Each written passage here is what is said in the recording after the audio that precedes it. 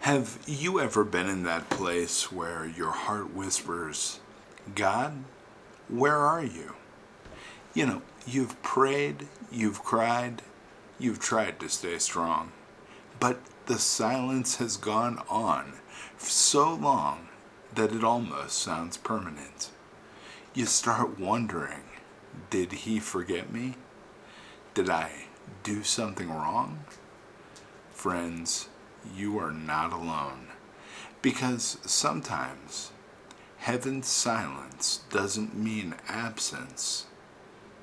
It means strategy.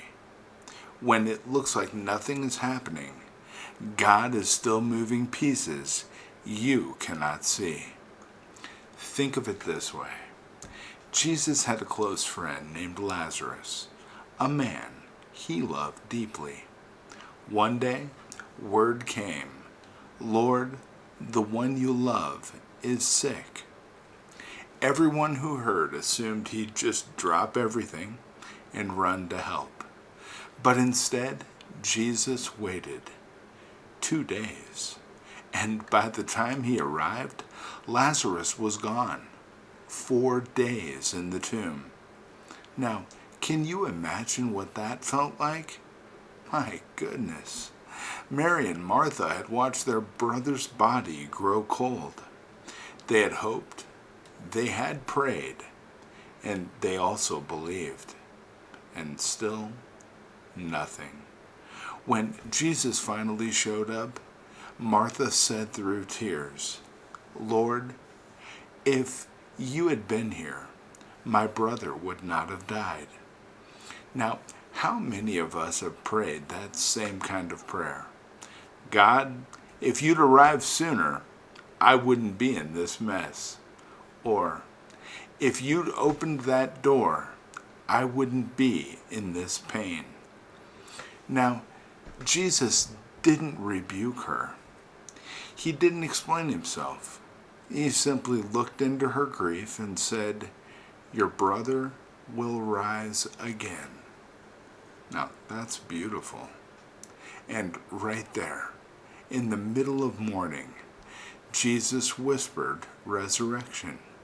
He walked to the tomb, the air thick with doubt and the smell of death heavy around him. The crowd murmured, some mocked, some wept, but Jesus, he wept too. He didn't cry because he was powerless. He cried because he loved. He felt their heartbreak the way he feels yours right now. Then he prayed, not for himself, but for everyone watching, so that they'd know what was about to happen was not luck or coincidence. It was God. And with a voice that shook the ground, he cried, Lazarus, come forth. And the impossible happened. A man who had been dead 4 days walked out, still wrapped in grave clothes that couldn't hold him anymore. So your story is not over. You see, that's how God works. He waits until your situation is past human repair, so that when he resurrects it, there's no doubt it was him. And maybe you feel like Mary and Martha right now. Maybe the thing you've prayed for looks buried.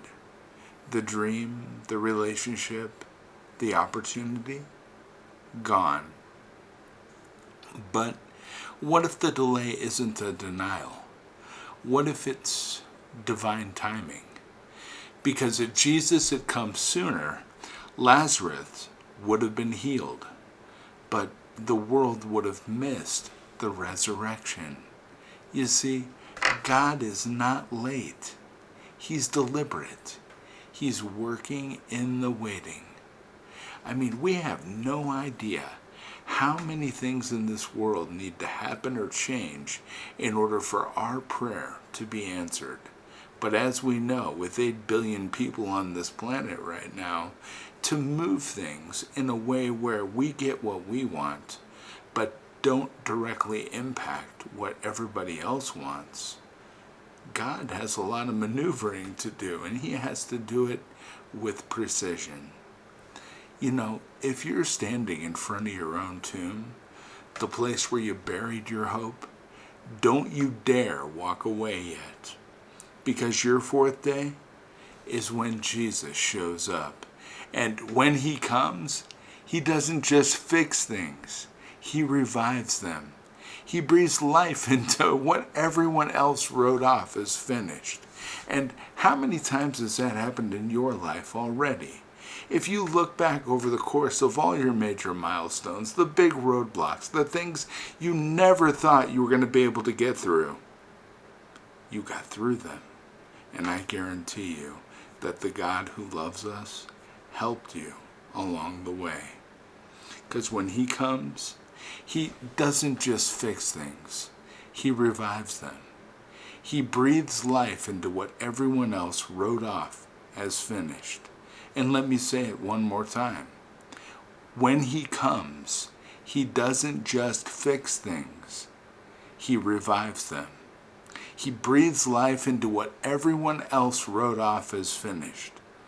And the same voice that called Lazarus out of death is still speaking today. And if you listen closely, you can hear it calling your name. Friends, your story isn't over. Not even close. The pages that felt blank are about to be rewritten with glory.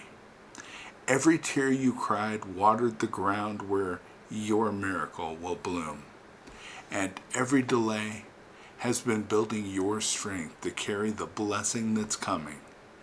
So, don't lose hope. Don't let the waiting make you bitter. Let it make you bolder. Because your breakthrough isn't just about you.